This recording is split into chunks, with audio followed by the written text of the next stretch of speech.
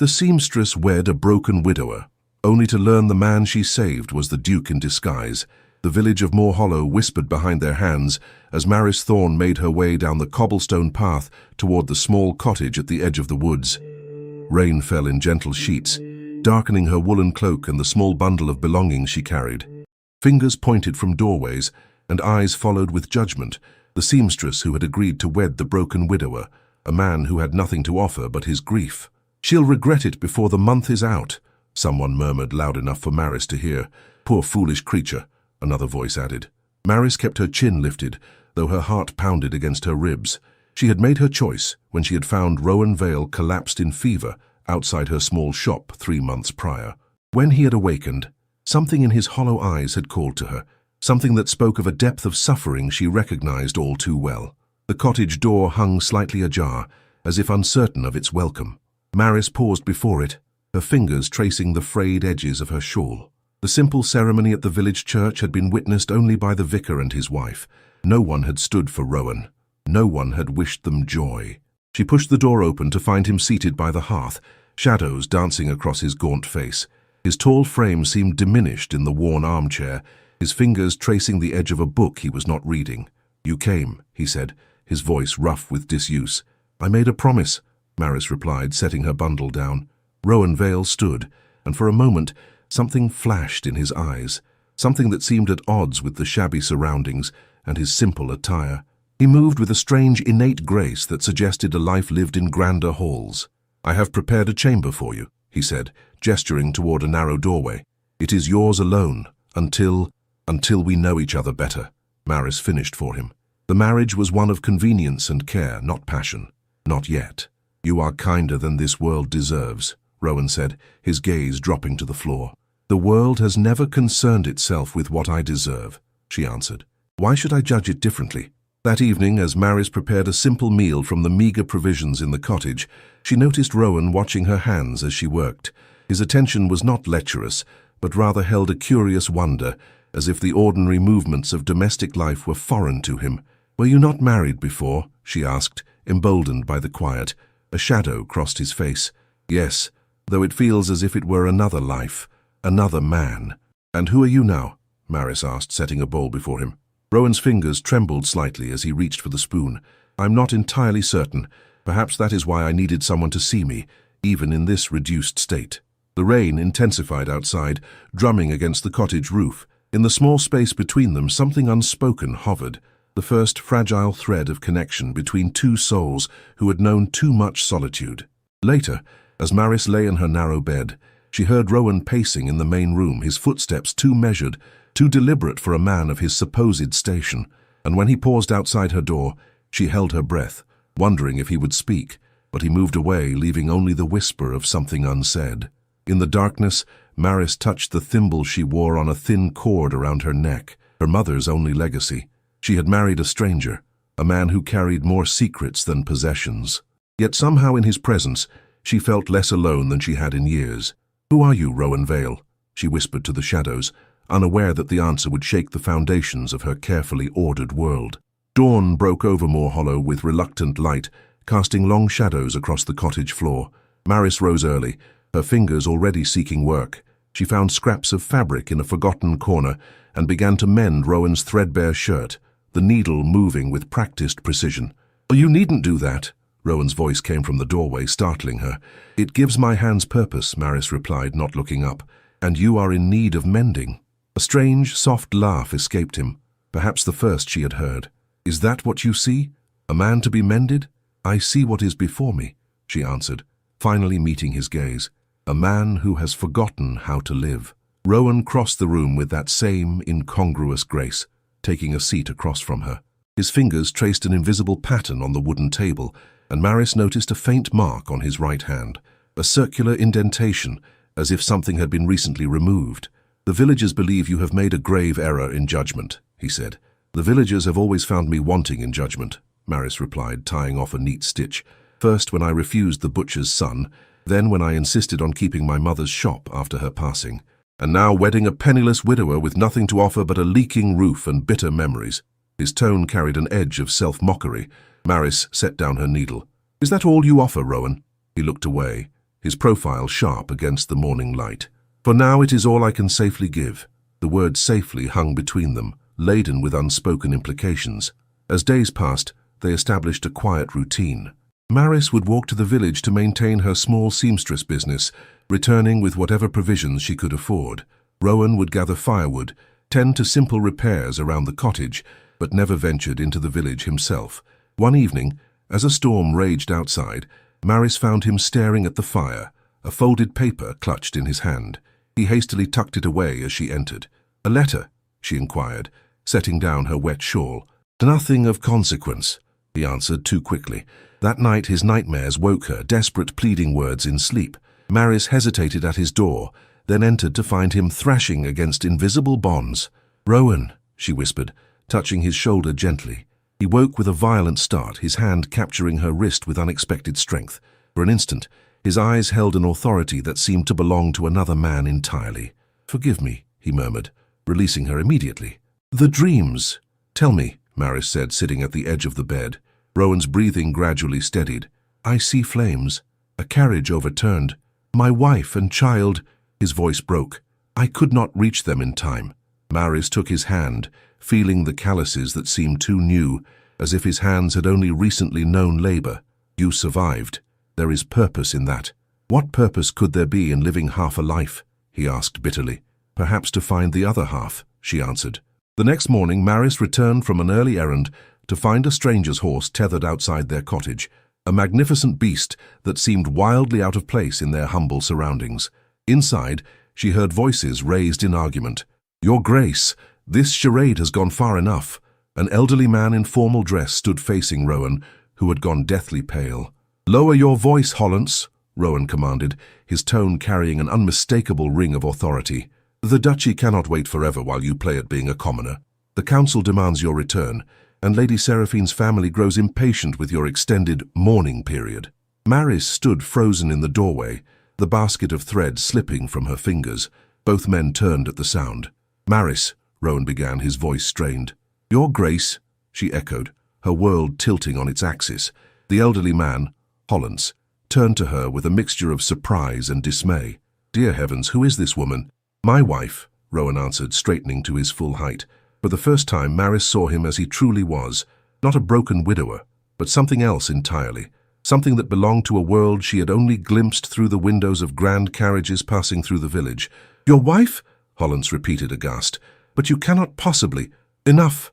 Rowan's voice filled the small room. "You will show her the respect she is due." Hollins's face paled.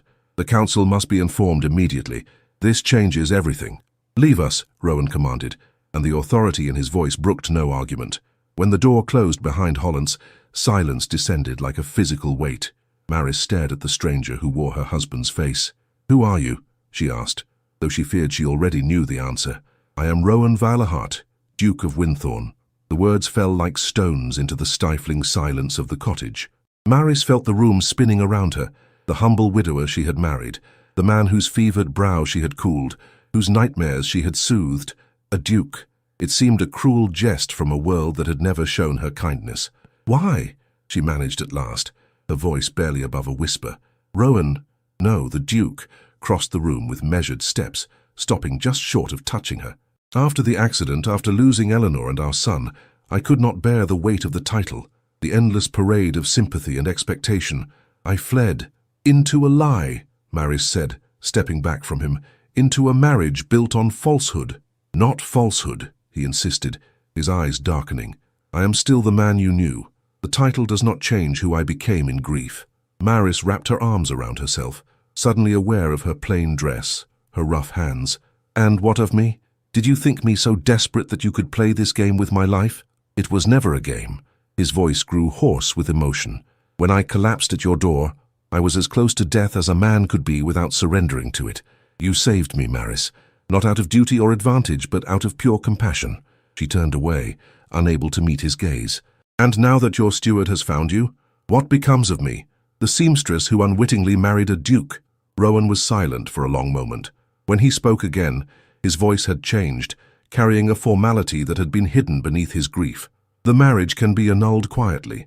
You would be compensated generously, set up with a shop in London if you wished, or a cottage of your own wherever you might choose. The easy dismissal was a knife to her heart. So I am to be bought off and sent away? I would not have you bound to a life you never chose, he replied. Maris looked around the small cottage that had become home, not for its comforts, but for the quiet understanding that had grown between them. And did you not make vows before God? Do they mean nothing now that you have remembered your title? A flash of something like pain crossed his features. They mean everything. But I would not trap you in a world that will judge you mercilessly for your origins. As you have judged me, she challenged, believing me incapable of standing beside a duke. That is not what I meant, Rowan began, but Maris cut him off with a raised hand. I need air, she said, moving toward the door, and time. She fled into the woods behind the cottage, her thoughts in chaos. The trees offered the only sanctuary she had ever known, a place where judgment could not follow. The reality of her situation unfolded before her in all its impossible dimensions. She had married not merely above her station, but into the highest echelons of society. As twilight descended, Maris found herself at the small stream where she had often come to think. Her reflection rippled in the water, a simple woman with nothing to recommend her to the glittering world of the aristocracy. What shall I do? She whispered to the gathering darkness.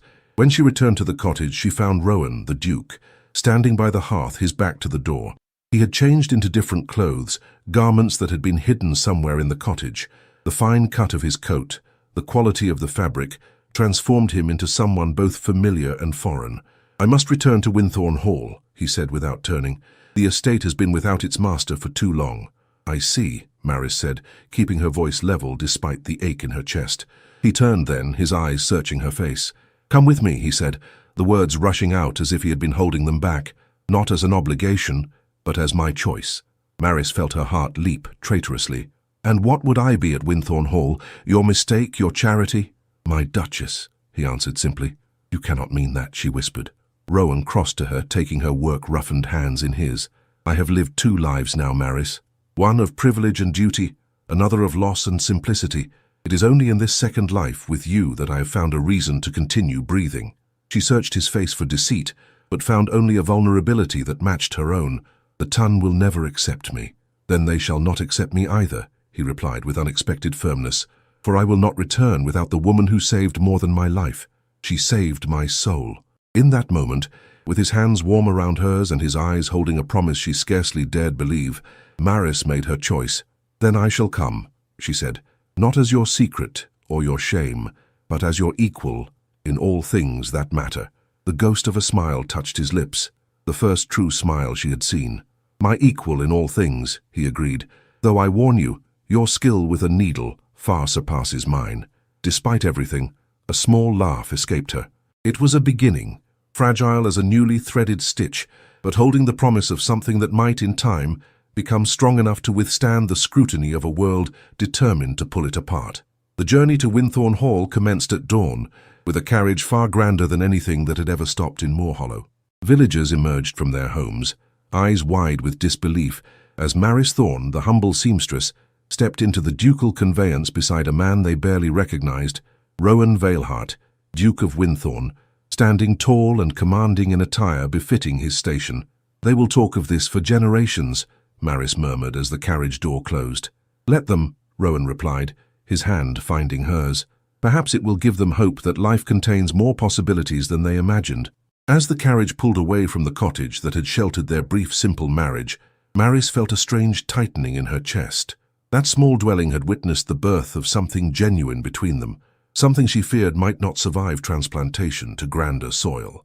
Tell me of Winthorne, she requested, her fingers unconsciously smoothing the worn fabric of her dress. Rowan's gaze grew distant. It has been in my family for 10 generations. 300 rooms, grounds that stretch beyond what the eye can see in a day's walk. He paused, noticing her expression.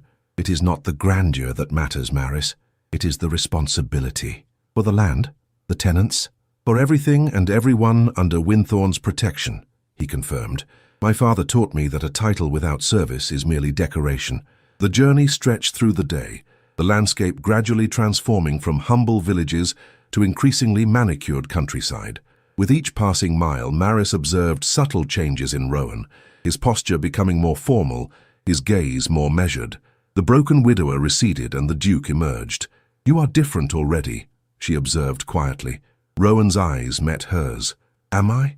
You carry yourself as if the weight has returned to your shoulders." He took her hand again, his thumb tracing the calluses on her palm. "Then I shall need your strength all the more."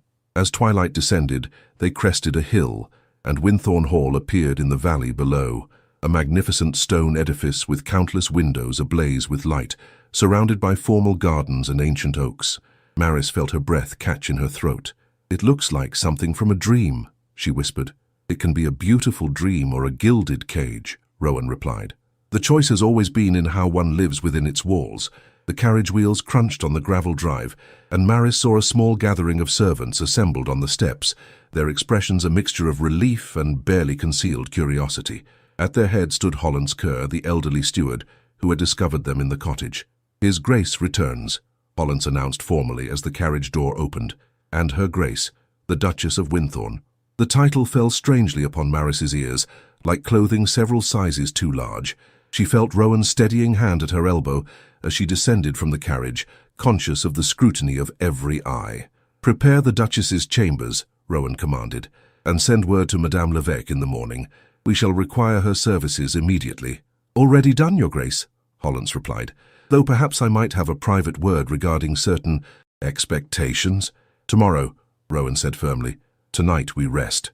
The entrance hall of Winthorne dwarfed the entire cottage they had left behind. Marble floors gleamed beneath crystal chandeliers, and ancient portraits gazed down from walls covered in rich silk. Maris fought the urge to shrink beneath their painted stairs. "Your ancestors?" she asked, her voice echoing slightly in the vast space. "Generations of Valehearts," Rowan confirmed, looking rather disapproving, I fear. "They have cause," she said softly. "I am hardly what they would have chosen for their line." Rowan stopped before a particularly stern-looking gentleman in ermine-trimmed robes. "This is my great-grandfather, the 9th Duke. He married a brewer's daughter and scandalized society." A small smile played at the corners of his mouth. "The Valehearts have a history of following their hearts despite convention." A young maid approached, curtsying deeply. "If it pleases your grace, I've been assigned to attend the Duchess." Maris started at the title, then gathered herself. "What is your name?" "Lily, your grace," the girl replied, eyes fixed on the floor. "Lily," Maris repeated. "I look forward to your guidance. I fear I have much to learn." The maid glanced up in surprise, clearly not expecting such an admission from her new mistress. Rowan's hand brushed Maris's sleeve. "Rest well. Tomorrow will bring its own challenges." As Lily led her through corridors and up staircases, Maris felt the enormity of the change in her circumstances pressing upon her. The Duchess's chambers were a suite of rooms larger than the entire village shop where she had spent her life. Delicate furnishings, silk hangings, and a bed that could have slept 5, all alien to her experience. "Shall I help you undress, Your Grace?" Lily asked.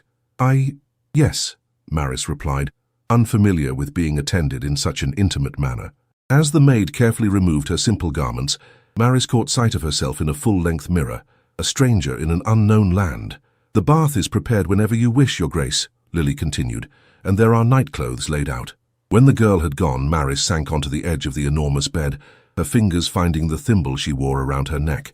It had been her anchor in a world where she had known her place. Now adrift in luxury, it remained the only tangible connection to the woman she had been just that morning. "Who am I to be here?" she whispered to the silent room. There was no answer, but the distant ticking of a grandfather clock, measuring out the seconds of her new existence as Duchess of Winthorne. Maris awoke to unfamiliar birdsong and the gentle rustling of curtains being drawn back.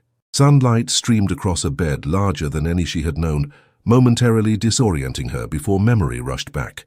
"Good morning, Your Grace," Lily said, bobbing a curtsy. "His Grace requests your company for breakfast in the morning room. When you are ready." "Ready." The word took on monumental significance as Maris surveyed the options before her.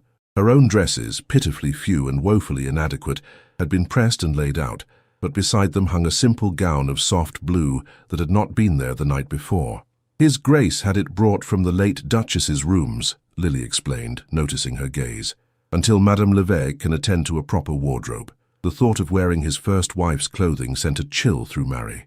"I shall wear my own dress," she decided, however humble. Dressed and with her hair arranged simply by her own hands, despite Lily's offers of assistance, Maris followed the maid through the labyrinthine corridors of Winthorne Hall. Servants paused in their duties to bow or curtsy as she passed, their eyes following her with undisguised curiosity. The morning room overlooked terraced gardens, still glistening with dew. Rowan stood at the window, his tall figure silhouetted against the light, once again the very picture of aristocratic bearing. He turned as she entered, and for an instant, something like uncertainty flickered in his eyes. "You did not accept the gown," he observed. "I thought it better to remain myself," Maris replied, "however ill-suited to these surroundings." His expression softened. "You are never ill-suited, Maris, though perhaps unaccustomed." Breakfast was served by silent footmen who materialized and vanished with practiced efficiency. Maris found herself counting the pieces of silver beside her plate, marveling at the delicacy of the china.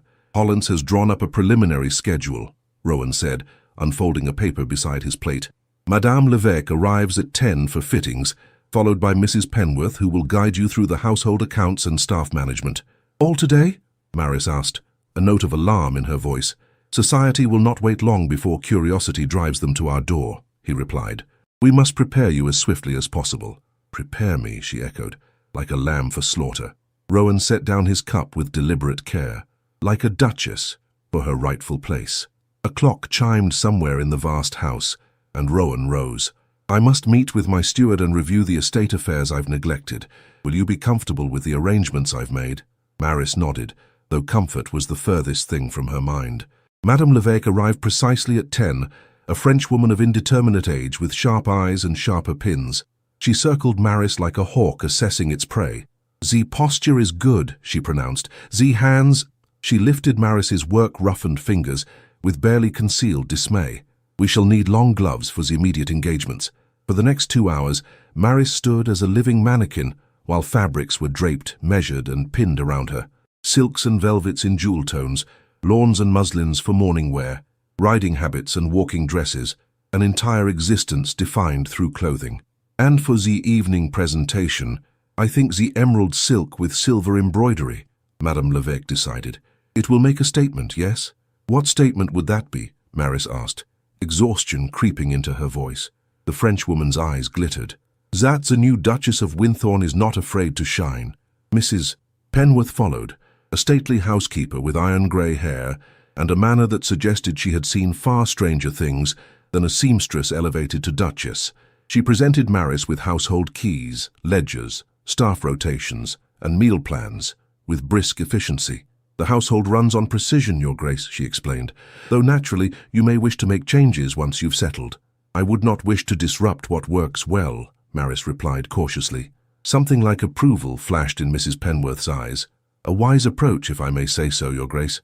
By late afternoon, Maris's head swam with information, which salons required fresh flowers daily, which staff reported to whom, the proper sequence for formal dinner service, which local families must be received first.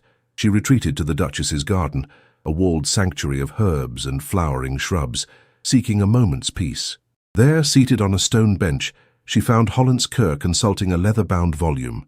"Your Grace," he said, rising quickly when he noticed her, "forgive the intrusion." "It is I who intrude," Maris replied. "Please be seated." The elderly steward hesitated, then resumed his place. "I was reviewing the family records. There are certain matters of precedent that may be helpful." "Precedent for a duke marrying so far beneath his station?" Maris asked with quiet directness.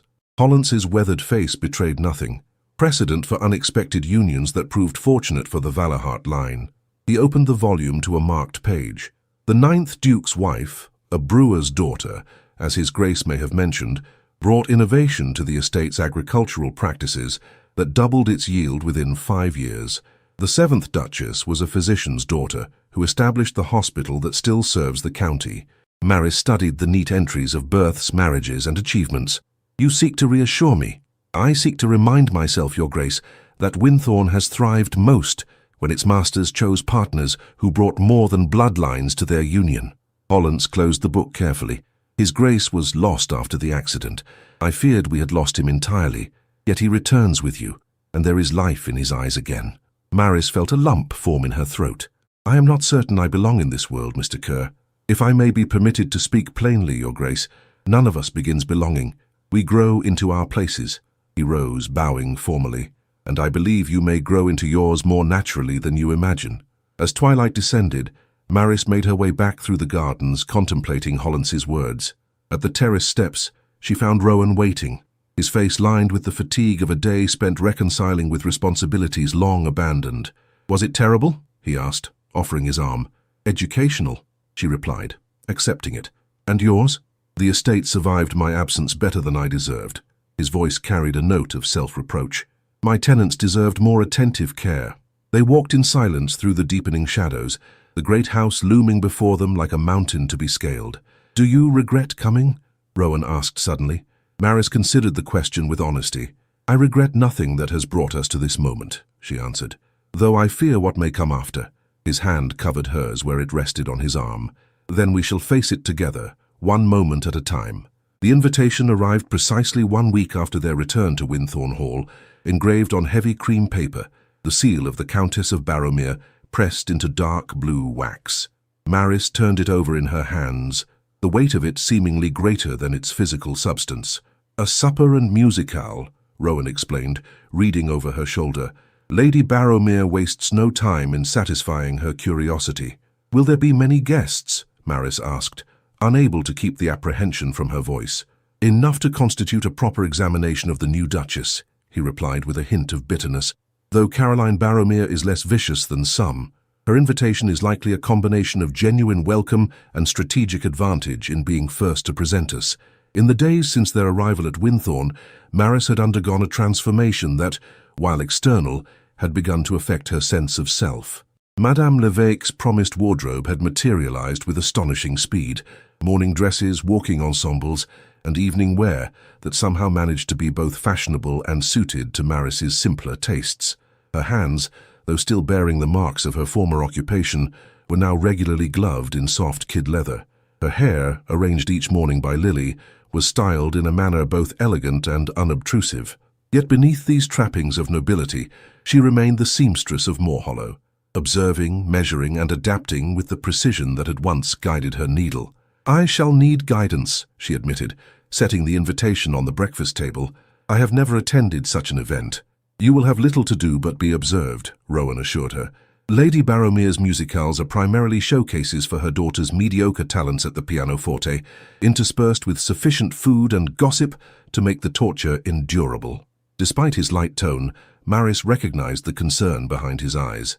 "You fear how I will be received." Rowan's expression grew serious.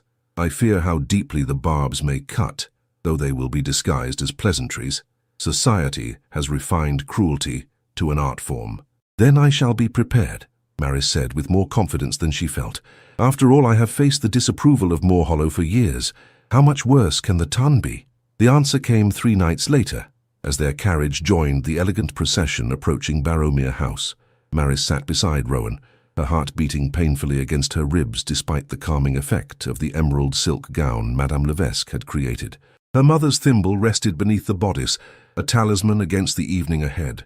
"Remember," Rowan said quietly, "you are the Duchess of Winthorne. No one present outranks you except the Marchioness of Halewood, should she attend, and she is nearly deaf." Despite the gravity of the moment, Maris felt a small smile touch her lips, a fortunate disability when confronted with impertinence. Rowan's hand covered hers. "There is the spirit that will see you through." The entrance hall of Ballroom House glittered with candlelight reflected in mirrors and the jewels adorning the assembled guests. Conversation dimmed momentarily as the butler announced them, His Grace, the Duke of Winthorne, and Her Grace, the Duchess of Winthorne, then swelled again with an undercurrent of heightened interest.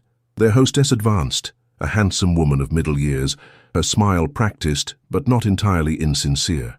"Rowan, my dear boy, how we have missed you in society." Her gaze shifted to Maris, assessment barely concealed beneath her welcome. "And this is your new Duchess. How refreshing." "Lady Ballroom, may I present my wife, Maris?" Rowan replied formally. "Your Grace," Maris said, executing the curtsy she had practiced countless times under Mrs. Penworth's critical eye. "Such lovely posture," Lady Ballroom observed. "One would hardly know," she caught herself. "That is, one is always pleased to welcome new blood into our little circle. Do come in. Everyone is most eager to make your acquaintance."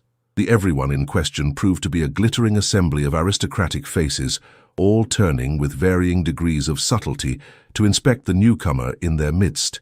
Maris felt herself being measured against an invisible standard, Her gown, her hair, her manner of speech, even the way she accepted a glass of champagne from a passing footman. "Your Grace," a silken voice interrupted her thoughts. "What a pleasure to finally meet you." Maris turned to find herself facing a striking blonde woman whose perfect features were arranged in an expression of polite interest. Something in her pale blue eyes, however, suggested a predator assessing its prey. "Lady Seraphine Gloyne," the woman introduced herself. "I was most surprised to hear of Rowan's marriage. We had all thought him lost to grief for so long."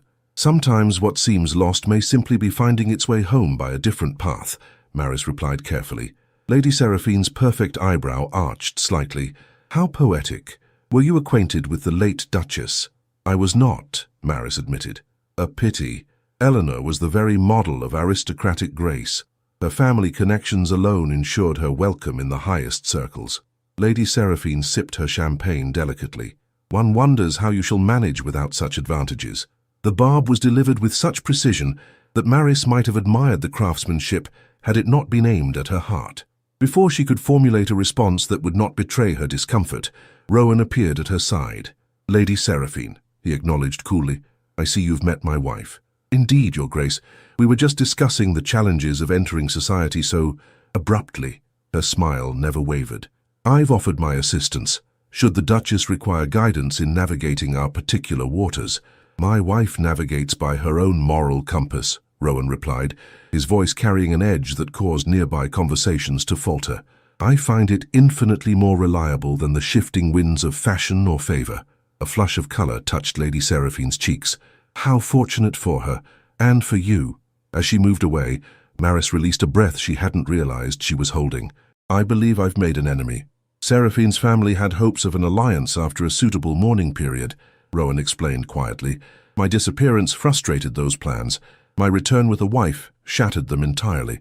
The remainder of the evening unfolded like an elaborate dance, for which Maris knew only half the steps.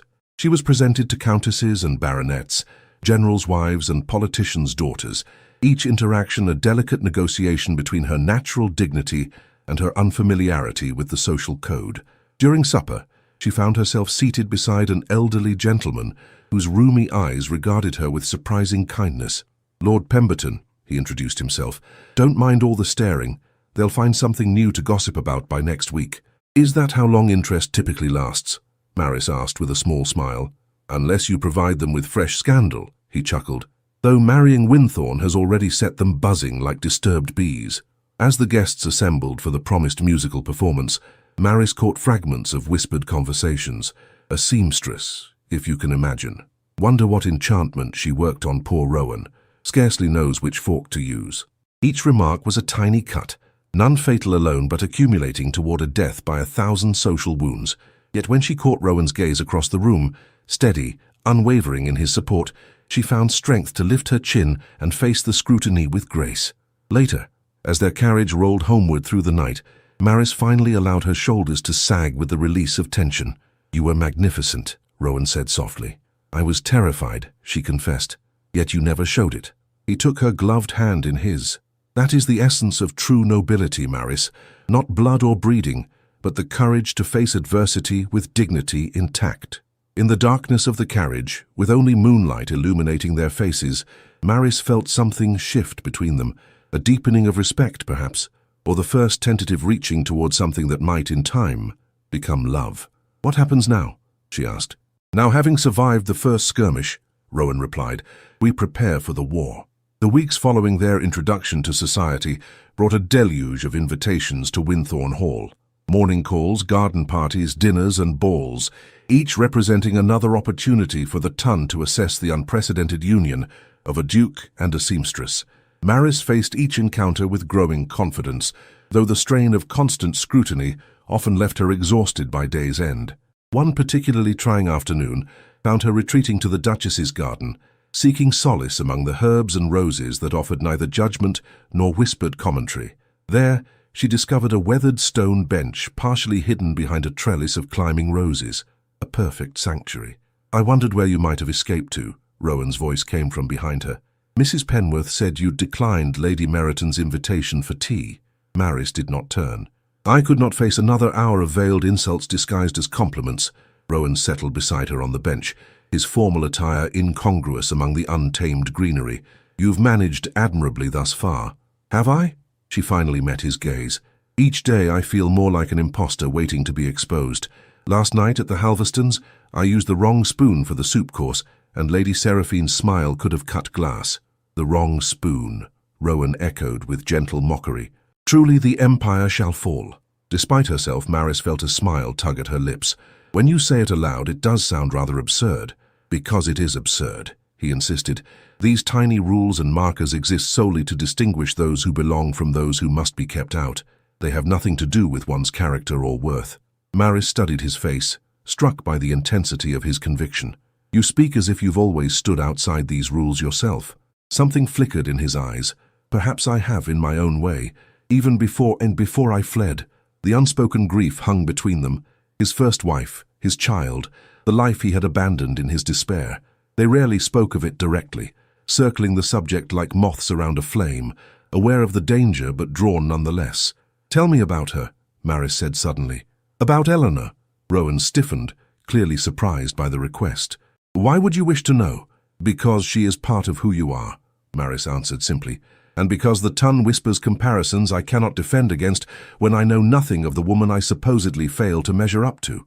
For a long moment, Rowan was silent, his gaze fixed on the distant horizon visible above the garden wall. When he spoke at last, his voice was low and measured. "Eleanor Montclair was the daughter of the Earl of Sheffington. We were betrothed from childhood, a perfect match of bloodlines and fortune. She was beautiful, accomplished in all the ways society values, and unfailingly proper." He paused, his fingers absently tracing a pattern on the stone bench. "Our marriage was correct, but not happy," Maris ventured. "Not unhappy," he qualified. "We respected each other, maintained perfect courtesy. When our son was born, we shared genuine joy in his existence, if not in each other." His voice caught slightly. "James would have been 5 this year." Maris felt her heart constrict at the pain evident in his face. "I'm sorry, Rowan, I should not have asked." "No," he said, collecting himself. "You have every right to know. The accident happened on their way to visit Eleanor's sister in Cornwall. The carriage overturned on a rain-slick road. By the time word reached me and I arrived, there was nothing—" He trailed off, unable to complete the sentence. Impulsively, Maris reached for his hand, her fingers closing over his. "And so you ran." "I ran," he admitted. "From duty, from memory, from a life that suddenly seemed hollow without them. I wandered for months before fever took me, and I collapsed at your door." His hand turned beneath hers, their fingers intertwining. "You saved me, Maris. Not just my life, but my reason for living." The intensity in his gaze made her breath catch. This was the closest they had come to acknowledging the deeper currents that had begun to flow between them, beyond the practical arrangement of their marriage, beyond the mutual respect that had grown in the face of society's judgment. "I fear I am a poor substitute for what you lost," she said softly. "Not a substitute," Rowan corrected firmly. "A new beginning, one I neither expected nor deserved, but cherish nonetheless."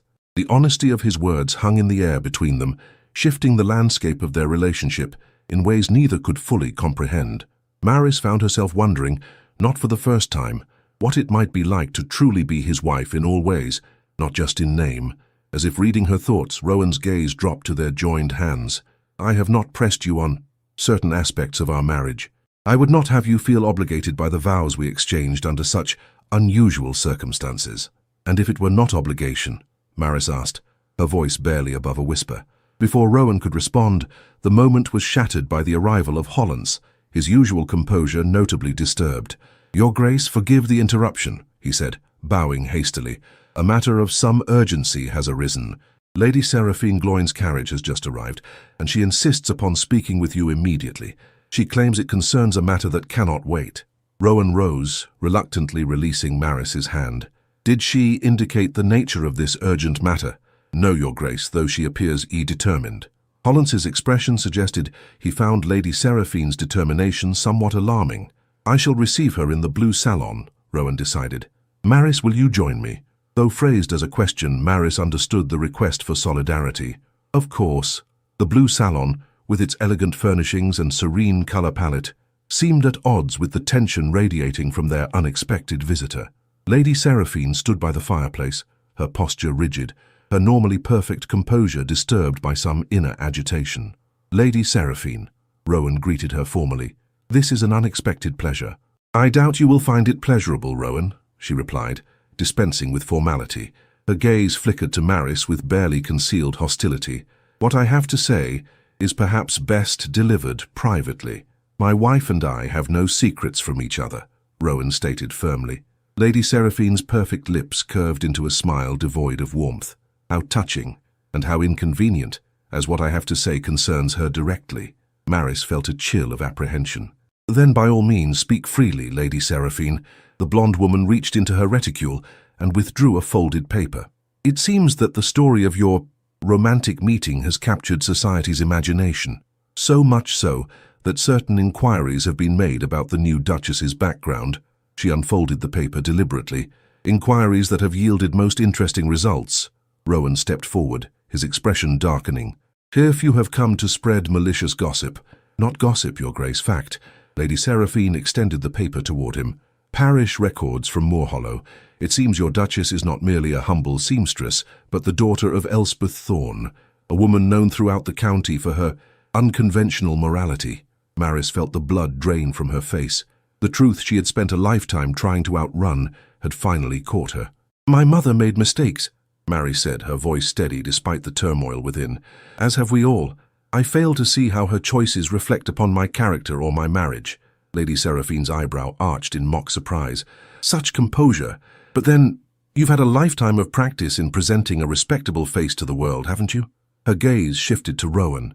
"Did she tell you, Your Grace, that her mother was the village fallen woman? That our new Duchess is in fact illegitimate?" Rowan's face remained impassive, though Maris detected a slight tension in his jaw. "Lady Seraphine, you have delivered your information. Now I must ask you to leave my home."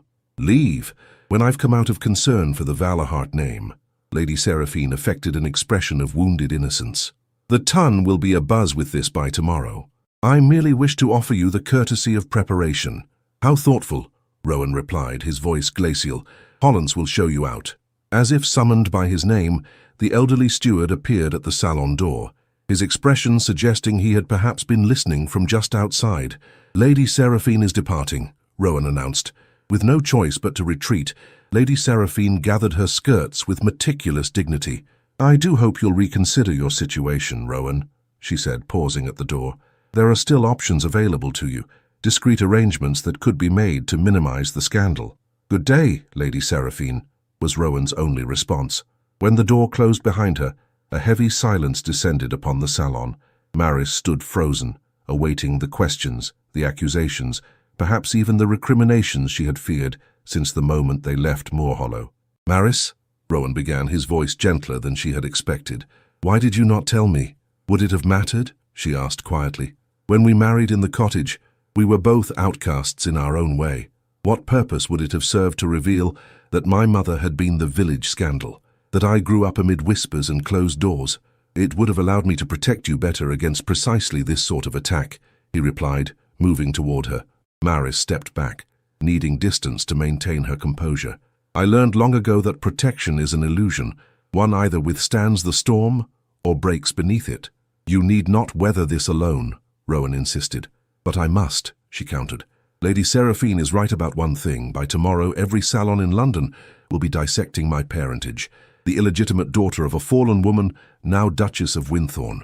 Can you imagine the delight this will bring to those who have been seeking reason to reject me?" Rowan's expression hardened with determination. "Then we shall face them together." "To what end, Rowan?" Maris asked, the strain of the past weeks finally breaking through her careful composure. "How long must we endure the scrutiny, the judgment? How long before you realize that your impulsive decision to bring me here has cost you more than you ever imagined? Is that what you believe? That I regret our marriage?" His voice carried an edge of hurt that cut through her defenses. "I believe you married me out of gratitude and perhaps a desire to escape your grief," she answered honestly. "I believe you are a good man who will honor his vows regardless of the cost. But I cannot bear to be the burden that drags you down in the eyes of your peers."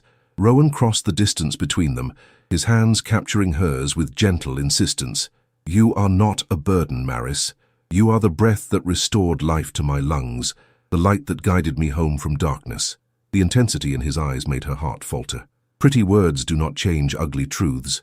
The only ugly truth is how long I have hesitated to tell you what grows clearer to me each day, he countered. I did not marry you merely out of gratitude or escape. I married you because even in my brokenness, I recognized something in you that called to the deepest part of myself, and every day since that recognition has deepened into something I can no longer deny. Maris felt tears threatening at the edges of her vision. What are you saying? I'm saying, Maris Thornvale-Hart, that I love you. The words fell between them like stones into still water, creating ripples that changed everything in their path. Not despite who you are or where you come from, but because of the strength and grace those circumstances have forged in you. For a moment, Maris could not speak, overcome by the declaration she had scarcely allowed herself to hope for. When she finally found her voice, it emerged as a whisper. I have loved you since you first opened your eyes in my shop, looking at me as if I were the answer to a question you had been asking all your life. Rowan's hands moved to frame her face, his touch reverent. Then let us face whatever comes together, not as Duke and Duchess alone, but as two hearts bound by choice and affection. As his lips found hers in a kiss that sealed their declaration, Maris felt the last walls around her heart crumble. This was no dutiful gesture between reluctant partners, but the communion of souls who had found in each other the courage to begin anew. The remainder of the day passed in a strange, suspended state, with preparations made for the inevitable social fallout of Lady Seraphine's revelation. Hollins was informed, trusted servants were advised of potential inquiries, and a letter was dispatched to Lord Pemberton, whose influence might help temper the worst of the gossip. That evening, as Maris prepared for bed in her chambers, a soft knock came at the connecting door that separated her rooms from Rowan's, a door that had remained firmly closed since their arrival at Winthorne. Enter, she called, her heart quickening. Rowan appeared, dressed in a simple dressing gown, his expression a mixture of determination and vulnerability that made him appear younger than his years. I thought perhaps we might talk further about our situation. Our situation? Maris echoed, acutely aware of the intimacy of the setting. I have respected the boundaries of our unusual union, he began, remaining near the doorway, but in light of what we face tomorrow, I find myself unwilling to spend another night apart from my wife if she will have me. The directness of his request brought a flush to Maris's cheeks. I would have you, she answered softly, as husband, as companion, as friend. In all ways a wife might have her husband. The words, though simply spoken, carried the weight of a vow more binding than any they had exchanged in the village church. Rowan crossed to her, taking her hands in his. Then let us begin again, he said, not as the broken widower and the compassionate seamstress, nor as the Duke and his unexpected Duchess, but as Rowan and Maris, two souls who have found in each other the courage to love again. That night, in the shelter of each other's arms, they discovered the final transformation of their unlikely union, from arrangement to alliance, from duty to devotion. And as dawn broke over Winthorne Hall, Maris knew that whatever society might throw against them, they would face it with a strength born of true partnership. What shall we do now? She asked, her head resting on Rowan's chest. His fingers traced idle patterns on her bare shoulder. Now, we prepare for battle, but on our terms.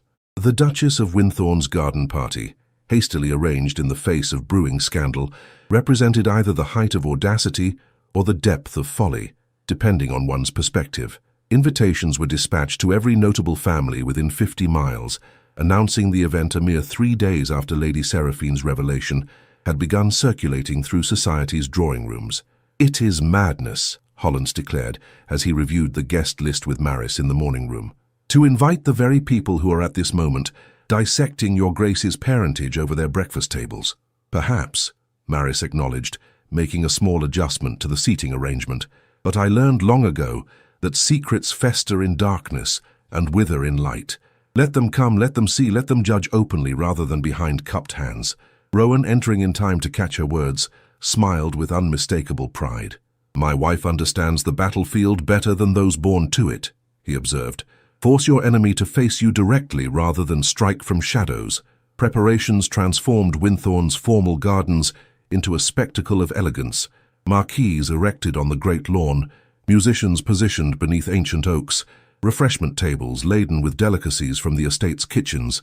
Maris supervised every detail with newfound confidence, drawing on the precision that had once guided her needle through the finest fabrics. "You are changed," Mrs. Penworth remarked as they reviewed the final arrangements. "If I may say so, Your Grace." "Am I?" Maris asked, pausing in her inspection of the floral displays. "You move as if the ground beneath you is solid now," the housekeeper observed, "as if you have found your footing." The observation was astute. In the days since Lady Seraphine's visit, and more significantly, since the night that had transformed her marriage from arrangement to true union, Maris had indeed felt a shift within herself. The fear of discovery that had shadowed her steps had materialized and in doing so had lost much of its power to wound her. The appointed day dawned bright and clear, as if nature itself approved their defiant stand. Maris stood before her mirror as Lily arranged her hair, studying her reflection with critical eyes. The woman who gazed back bore little external resemblance to the seamstress of Moorhollow, yet she recognized in those eyes the same determination that had carried her through years of whispers and closed doors. "You look magnificent," Rowan said from the doorway, resplendent in formal attire that emphasized his ducal bearing. "I look like a duchess," Maris corrected with the ghost of a smile. "You are a duchess," he reminded her, crossing to take her hand, "by law, by marriage, and now by choice and affection." Together they descended to the gardens, where Hollins awaited with barely concealed anxiety. "The first carriages have been sighted on the approach, Your Graces." "Then let us welcome our guests," Rowan replied, offering Maris his arm. They took their position at the entrance to the gardens, a united front against the storm they knew was coming. The first arrivals were their closest neighbours, minor gentry whose expressions betrayed their curiosity, but whose manners remained impeccable. Then came the wider circle of county families, some openly sympathetic, others reserving judgment behind practiced smiles. "Lady Meryton and Mr. Meryton," Hollins announced, as a severe-looking woman approached with her equally austere husband. "Your Grace," Lady Meryton acknowledged Rowan with a slight incline of her head, before turning a measuring gaze on Maris. "Duchess, how kind of you to join us," Maris replied with genuine warmth. "I have so admired the work of your parish charity. Perhaps we might discuss it further over tea sometime." The unexpected overture, addressing directly the charitable work that was Lady Meryton's greatest pride, momentarily disarmed the older woman. "I would be pleased to do so," she managed, before moving on with slightly less rigidity in her spine. "Well played," Rowan murmured as the next guests approached. "I learn quickly," Maris replied. As the gardens filled with the cream of local society, Maris noticed the whispers that followed her progress, no longer behind fans but increasingly open, assessing rather than condemning. She moved among her guests with deliberate grace, refusing to shrink beneath their scrutiny. The arrival of Lord Pemberton caused a stir among those already gathered. The elderly peer, rarely seen at social functions due to his advancing age, had made the journey specifically to demonstrate his support. He made his way directly to Maris, taking her hand with old-world gallantry. "Magnificent display of courage, my dear," he said, loud enough for nearby guests to hear. "Reminds me of my late wife. Never cowered, never apologized for being precisely who she was." His public endorsement, carrying the weight of his impeccable lineage and reputation, shifted the atmosphere perceptibly. Those who had been holding back approached with greater ease, while the openly hostile found themselves increasingly isolated. The pivotal moment came with the unexpected arrival of Lady Seraphine, her entrance calculated for maximum effect as she swept into the gardens at the height of the gathering. Conversation dimmed as she approached Rowan and Maris, her smile a perfect blend of social correctness and predatory intent. "Your Grace," she acknowledged Rowan, before turning a glacial gaze on Maris. "Duchess, how brave of you to host such an event under the circumstances." "Brave," Maris echoed with deliberate innocence. "I merely wish to share the beauty of Winthorne with our neighbours. After all, a duchess's first duty is to her community, is it not?" "Indeed," Lady Seraphine agreed, her smile tightening, "though one wonders what lessons in duty might be learned from one whose own mother was so notably undutiful." A hush fell over the nearby guests, the challenge laid bare for all to witness. Maris felt Rowan tense beside her, ready to intervene, but she placed a restraining hand on his arm. This was her battle to fight. "My mother made choices that society condemned," Maris acknowledged, her voice clear and steady. "Yet she taught me that true duty lies not in conforming to others' expectations, but in living with integrity according to one's own conscience. A convenient philosophy for those born outside the bounds of propriety," Lady Seraphine countered. "Perhaps," Maris agreed unexpectedly. Just as rigid adherence to propriety is convenient for those who have never had to question its cost. She stepped closer, lowering her voice to a tone of confidential sincerity. Tell me, Lady Seraphine, have you ever wondered what freedom might taste like? To choose one's path based on the heart's wisdom rather than society's dictates. The question, posed without malice but with genuine curiosity, struck at the core of Lady Seraphine's carefully constructed existence. For an instant, something like uncertainty flickered in her perfect features. I have always done what was expected of me, she replied stiffly. As have I, Maris said gently, though what was expected of the illegitimate daughter of Moor Hollow's seamstress was very different from what was expected of the Earl of Sheffington's daughter. Yet here we stand, both having arrived at this moment by following the paths laid before us. The humanity in her response, the recognition of their shared experience despite vastly different circumstances, undermined Lady Seraphine's attack more effectively than any direct confrontation could have done.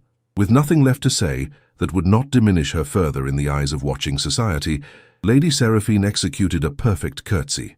I wish you joy of your unconventional path, Duchess, she said, the words formal but no longer barbed with malice. If you will excuse me, I believe Lord Pemberton is signalling for my attention. As she glided away, Rowan's hand found Maris's, squeezing gently in silent support and admiration. You disarmed her more thoroughly than any cutting remark could have done, he observed. Because I meant what I said, Maris replied. We are not so different, she and I, both shaped by circumstances beyond our control, both seeking security in an uncertain world. The remainder of the garden party unfolded with a gathering warmth, as if Maris's graceful handling of her most vocal critic had given others permission to accept her on her own merits. By the time the last guests departed as twilight descended, the battle they had feared had transformed into something approaching triumph. You have won them, Hollands declared as he supervised the dismantling of the marquees. Not all, perhaps, but enough to secure your position. Not my position, Maris corrected, watching as lanterns were lit along the garden paths. Our future. Later, as she and Rowan walked arm in arm through the quiet gardens, stars emerging in the deepening blue above them, he stopped beneath the ancient oak that had witnessed generations of Valhart celebrations and sorrows. I have something for you, he said, reaching into his pocket. Something I've carried since the day I first opened my eyes to find you tending my fever. He placed in her palm a small copper thimble, her mother's thimble, which she had worn around her neck until it disappeared during her first days at Winthorne. I took it, Rowan confessed, not to deprive you of your talisman, but because when my fever broke and I saw you sleeping in the chair beside me, the thimble caught the morning light.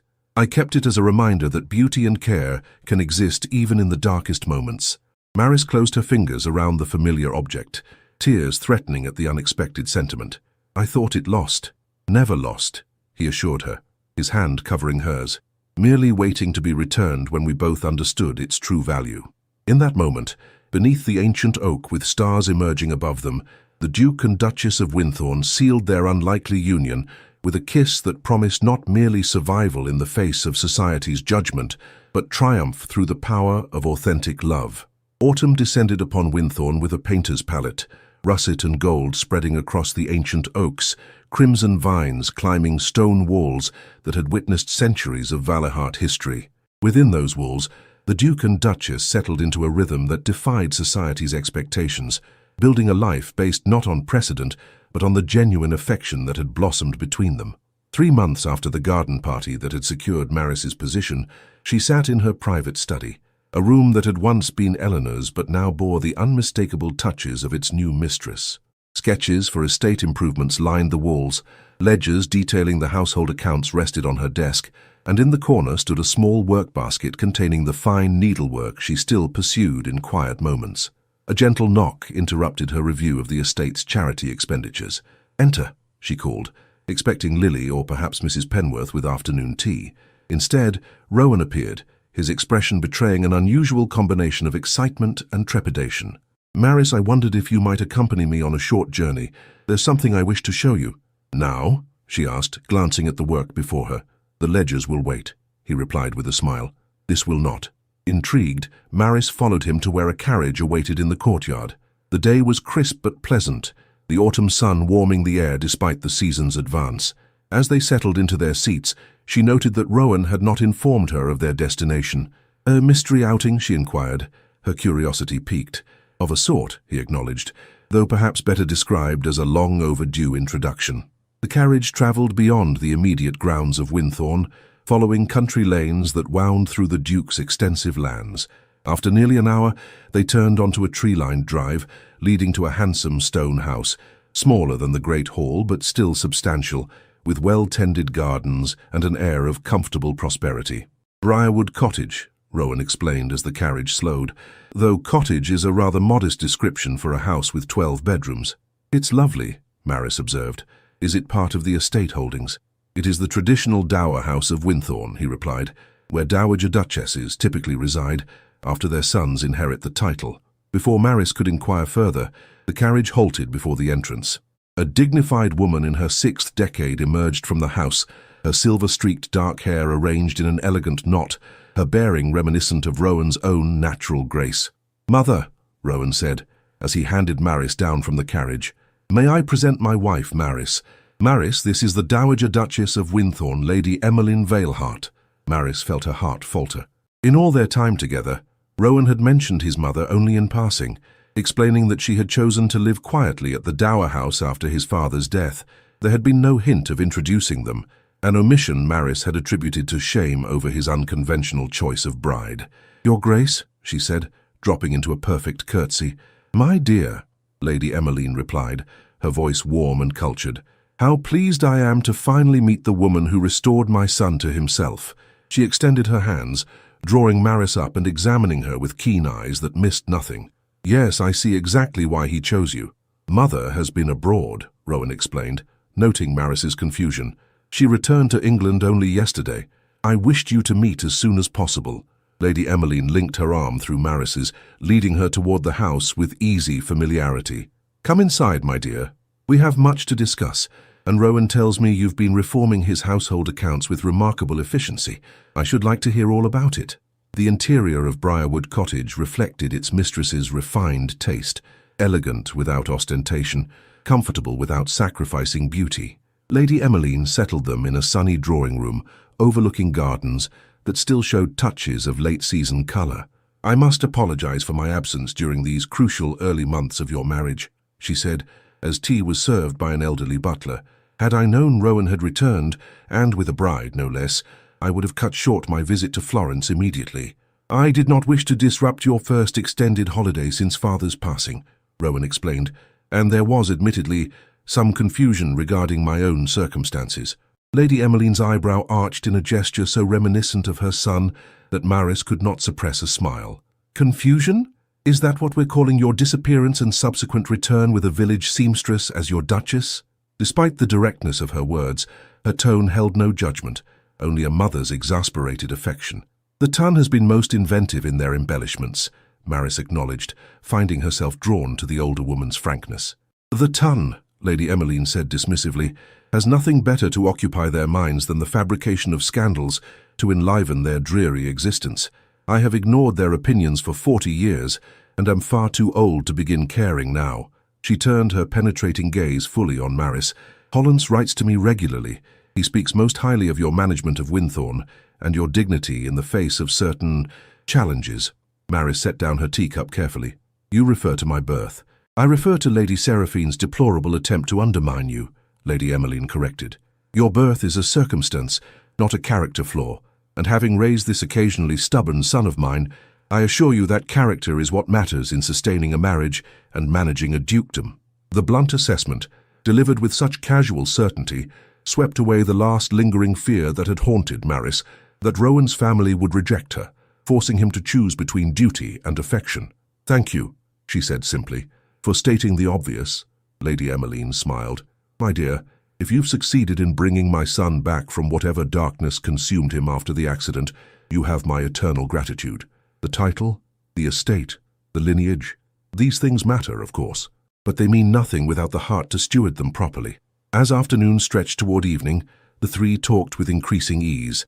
Lady Emmeline shared stories of Rowan's childhood that made him wince and Maris laugh, while Maris described their unconventional meeting and the subsequent journey that had brought them together. By the time they rose to depart, A genuine warmth had developed between the two women. "So you will come for dinner next week," Lady Evelyn declared as they prepared to leave, "and perhaps we might discuss opening the Winthorne Hospital wing that has stood empty since my husband's time. Hollins mentions you have quite progressive ideas about providing care for estate workers and their families." "I would like that very much," Maris replied, touched by the inclusion in family matters. As they travelled back to Winthorne Hall in the gathering dusk, Maris turned to Rowan with newfound understanding. "She is remarkable." "She is," he agreed, "and not unlike you in certain respects.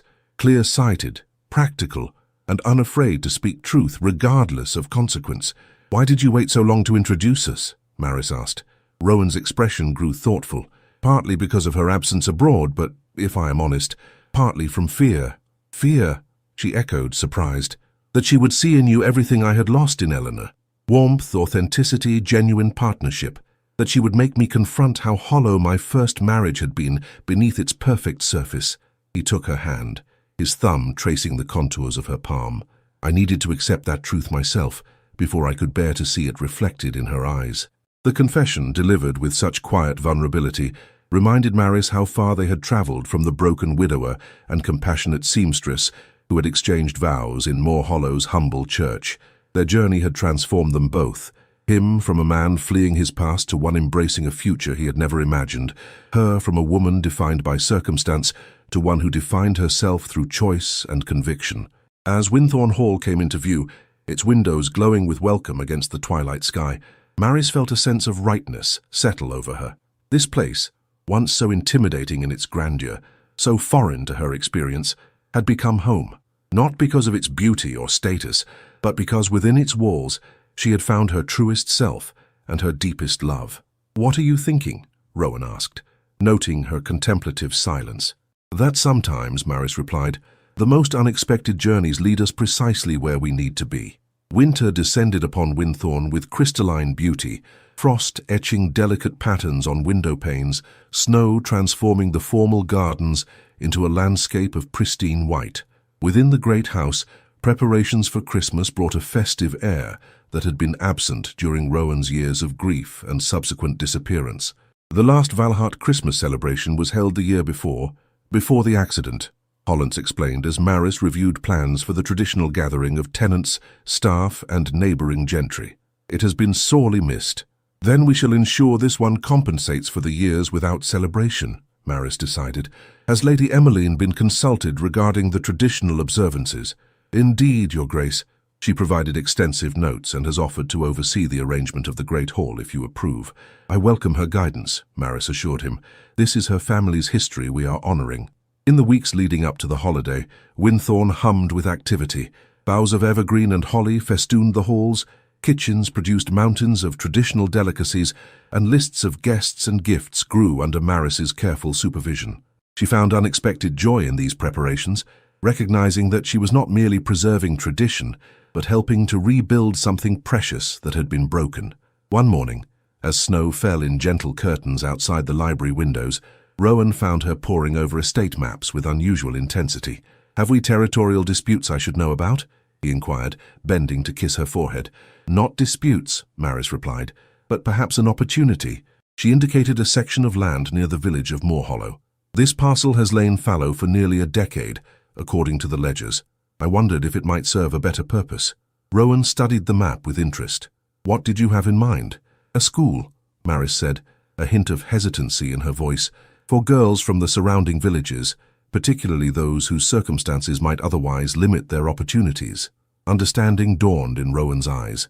"Girls like you once were." "Yes," she admitted, "girls who might become seamstresses or laundresses or scullery maids, or who might, with proper education, discover talents that could lead them in directions they never imagined possible." Rowan's hand covered hers where it rested on the map. "I think it's an excellent proposal. The Duchess of Winthorne's School for Girls has a fine sound to it." "You don't think it presumptuous?" Maris asked. "Using the Duchy's resources for such a personal project?" "I think it precisely what those resources are meant for," he countered. "The privilege of our position carries with it responsibility to improve the lives of those under our care.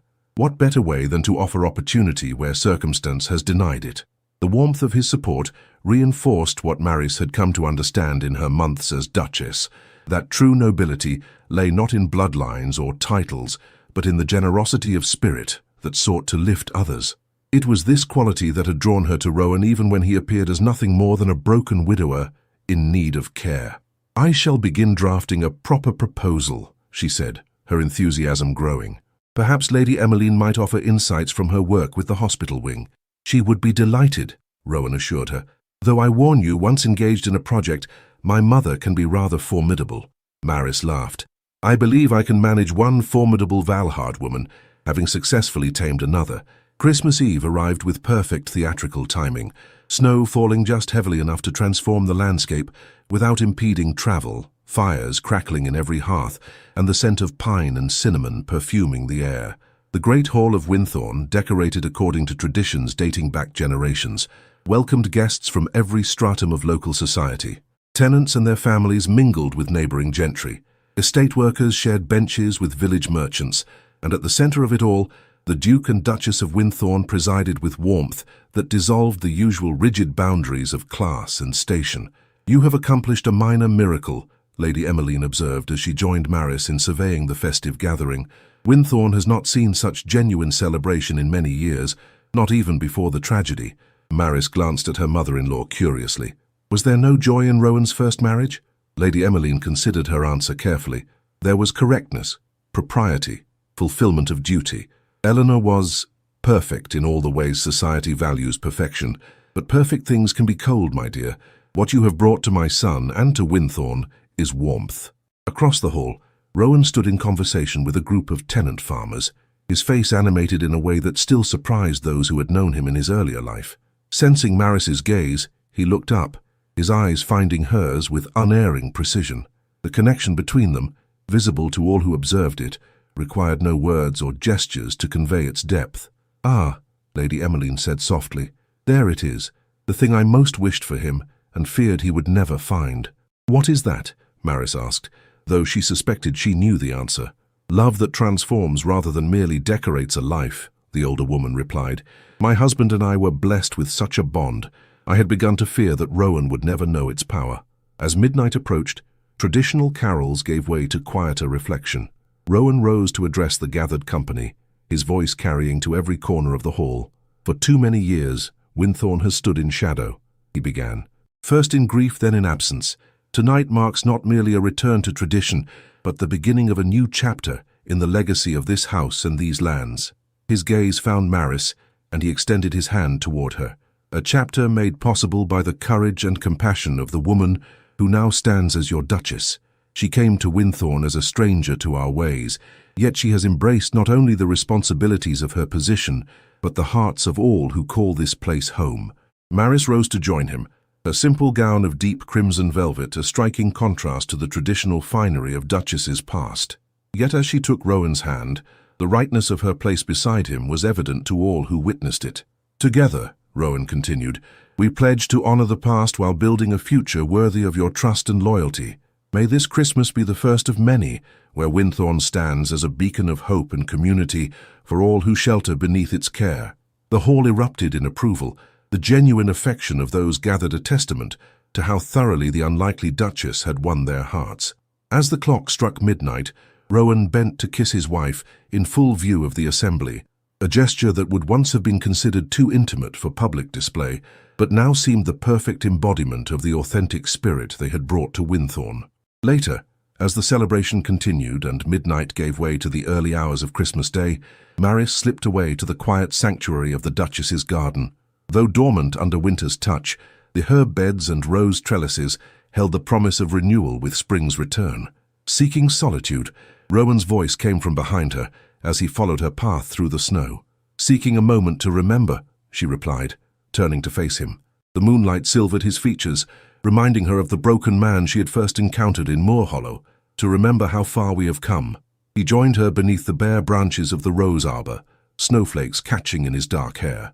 "From a fever-stricken widower and a compassionate seamstress to this," he mused. "Who could have foreseen it?" "Perhaps no one," Maris acknowledged. "Yet here we stand, exactly where we were meant to be."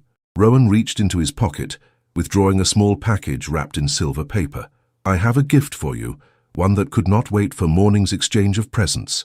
Maris accepted it with curiosity, carefully unwrapping the delicate paper to reveal a jeweller's box. Inside, nestled on black velvet, lay a gold locket of exquisite workmanship. At its centre, set in a circle of tiny pearls, was her mother's copper thimble, transformed from humble tool to treasured ornament. "Rowan," she breathed, touched beyond words by the symbolism of the gift. "Open it," he urged gently. She pressed the catch, and the locket sprang open to reveal a miniature portrait on one side, a perfect likeness of Rowan, and an inscription on the other. "From broken to whole, from hidden to revealed, from alone to beloved. It is perfect," Maris whispered, tears threatening despite her joy, a reminder of everything that brought us together. Rowan fastened the locket around her neck, his fingers lingering on the delicate chain. "Not merely a reminder of the past," he corrected, "but a promise for our future, one we build together, stitch by careful stitch, day by patient day." As snowflakes danced around them in the quiet garden, the Duke and Duchess of Winthorne sealed their Christmas covenant with a kiss that spoke of journeys completed and journeys yet to begin.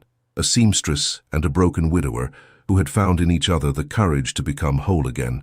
Spring came early to Winthorne the following year, as if nature itself celebrated the renewal that had transformed the ancient estate. Apple blossoms frosted the orchards, daffodils carpeted the woodland walks, and in the Duchess's garden, the first roses unfurled tender petals beneath Maris's attentive care. "You have your mother's touch with growing things," Lady Evelyn observed as they inspected the newly planted medicinal herbs that would supply the recently reopened hospital wing. Elspeth Thorne was known for her garden before circumstances altered her path. Maris looked up in surprise. "You knew my mother?" "Our paths crossed when I was a young duchess," Lady Evelyn replied, adjusting her gardening gloves. "She supplied the hall with exceptional embroidery work before you were born. A woman of remarkable talent and unfortunate choices." The casual revelation that her mother had once been connected, however tenuously, to the great house where Maris now presided as Duchess, seemed fitting in a tale already woven with threads of coincidence and destiny. "Life moves in circles we cannot anticipate," Maris mused, gently touching a budding rose. "My mother would never have imagined her daughter as mistress of Winthorne. Yet here you stand," Lady Evelyn said with satisfaction, "precisely where you were meant to be." The Duchess of Winthorne's School for Girls had opened its doors with the coming of spring, a modest beginning with 20 pupils from surrounding villages, selected not for their social standing, but for their eagerness to learn. Maris visited weekly, teaching not only needlework but the principles of household management and basic accounting that had served her so well in assuming her unexpected role. "Miss Harper shows remarkable aptitude for figures," she reported to Rowan after one such visit, "and little Emma Caldwell has a natural eye for design that could lead to a promising career as a dressmaker, given proper training." Rowan, reviewing estate ledgers at his desk, smiled at his wife's enthusiasm. "Perhaps we should consider expanding the curriculum to include art and mathematics." "Already arranged," Maris replied with a twinkle in her eye. "Lady Pemberton has agreed to fund an additional teacher for those subjects. It seems her grandfather was a self-made man who began as a blacksmith's apprentice. She feels a certain kinship with our mission." Such developments had become commonplace in the year since their return to Winthorne. Under Maris's guidance, the estate had developed new initiatives that honored tradition while embracing innovation. A hospital wing staffed with trained nurses, agricultural improvements that increased yields while reducing tenants' labor, apprenticeship programs that offered village youth paths to skilled trades. The Tun, initially scandalized by the Duke's unconventional marriage, had gradually shifted from outright opposition to reluctant acceptance and, in some quarters, genuine admiration. Lady Seraphine had departed for an extended stay in Italy shortly after Christmas, though rumors suggested her retreat had more to do with a growing attachment to an American businessman than with any lingering mortification over her failed campaign against the Duchess. Society, as it always did, had adapted to the new reality, particularly when that reality was backed by one of the oldest titles in England and a fortune substantial enough to withstand even the most determined social opposition. On a perfect May morning, with sunlight streaming through the windows of the Duchess's private sitting room, Maris stood contemplating her reflection in a full-length mirror. Her figure, still slender, but with a new fullness to her breasts and a gentle rounding of her abdomen, told a story that would soon become impossible to conceal. "Admiring the view?" Rowan's voice came from the doorway, his tone warm with affection. "Considering the changes," she replied, turning to face him.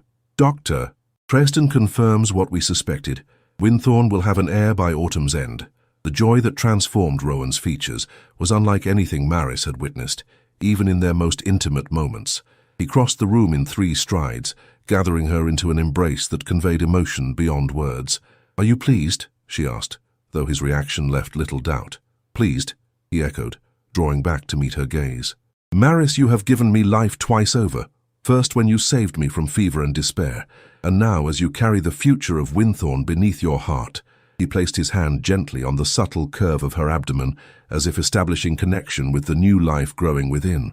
"Boy or girl, this child will inherit more than a title and estate. They will inherit the story of how love transcends all boundaries society erects between souls meant to find each other." That evening, a small gathering assembled in the private dining room to receive the news. Lady Evelyn, whose delight manifested in immediate plans for the nursery's renovation. Hollins, whose usual composure briefly cracked to reveal genuine emotion. Mrs. Penworth, whose practical nature immediately turned to considerations of appropriate staff, and Lord Pemberton, invited as the couple's most steadfast ally, who proposed the first toast to the future Marquis or Lady of Winthorne. As spring deepened towards summer, Maris found herself drawn increasingly to the small study adjoining the Duchess's bedroom, a space she had claimed as her own and furnished with objects meaningful to her journey. There, alongside the ledgers and correspondence that occupied her mornings, she had begun a project of personal significance. With the same skill that had once supported her modest existence as a village seamstress, she worked on a christening gown, the finest she had ever attempted. Delicate whitework embroidery adorned the hem and bodice, incorporating subtle motifs that told the story of the child's heritage. Tiny thimbles representing Maris's origins, miniature oak leaves for the ancient trees of Winthorne, a barely perceptible phoenix rising from ashes to symbolize Rowan's return from grief. "A masterpiece," Rowan declared, when she finally showed him the completed garment. "Though I would expect nothing less from your hands.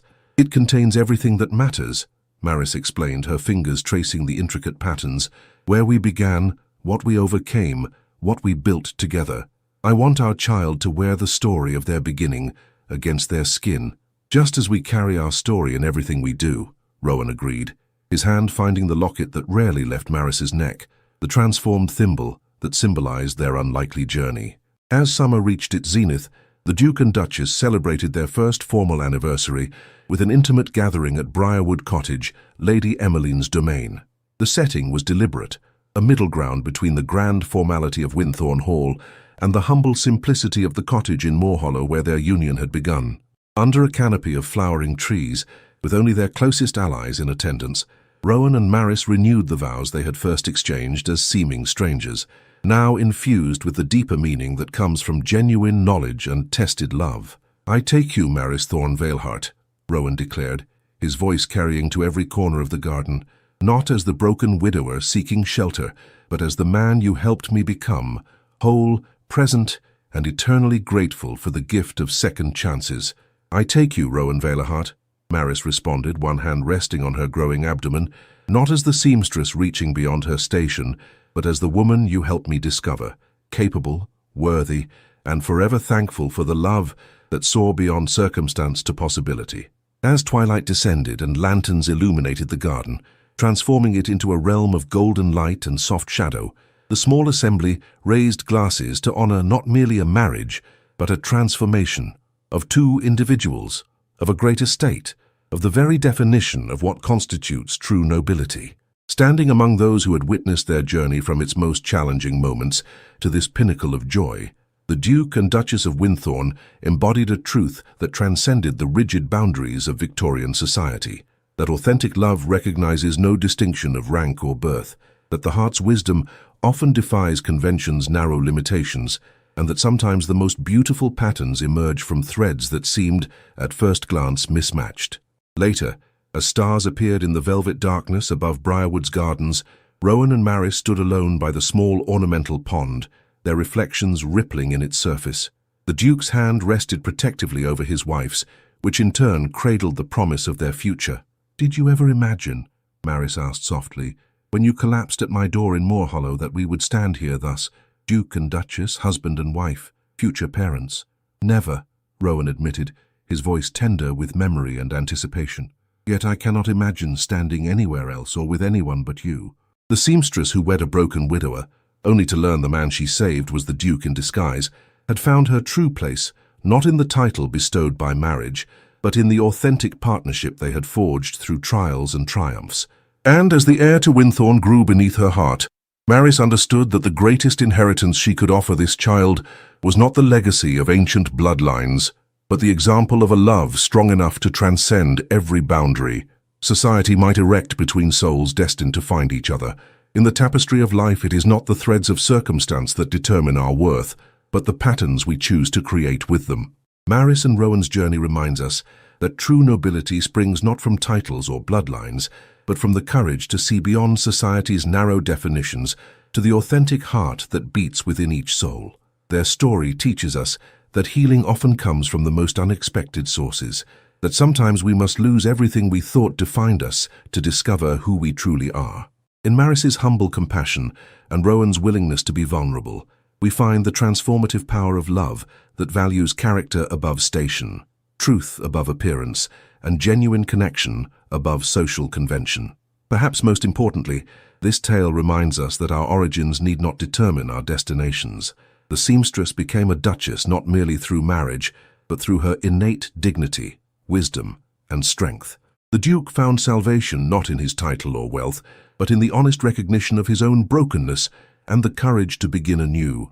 In a world that often judges by external measures, may we all find the vision to recognize, as Rowan did, that the most precious gifts may come in the most humble packages, and the wisdom to understand, as Maris discovered, that our greatest power lies not in conforming to others' expectations, but in remaining true to our authentic selves. For in the end, it is not who we were born to be, but who we choose to become through love, courage, and compassion that writes our true legacy in the hearts of those whose lives we touch. Dear listeners, if this tale of unexpected love and transformation touched your heart, we invite you to join our community of romantic souls. Subscribe to Victorian Romance, audio stories for more tales where love defies convention, courage overcomes circumstance, and true hearts find each other against all odds. Did Maris and Rowan's journey move you? Perhaps you found yourself holding your breath during Lady Seraphine's revelations, or felt your heart swell when the thimble became a locket, a symbol of how love transforms the ordinary into the extraordinary. Share your favorite moment in the comments below, and connect with others who find hope and inspiration in these timeless stories. Remember, each time you like, subscribe, and share our stories, you help us continue crafting these emotional journeys that remind us of love's transformative power. Join us next week for another tale where passion meets propriety, and hearts find their true home in the most unexpected places. With deepest gratitude from all of us at Victorian Romance, Audio Stories, thank you for allowing us to be part of your day. Until our next journey together, may you find beauty in every stitch of your own unfolding story.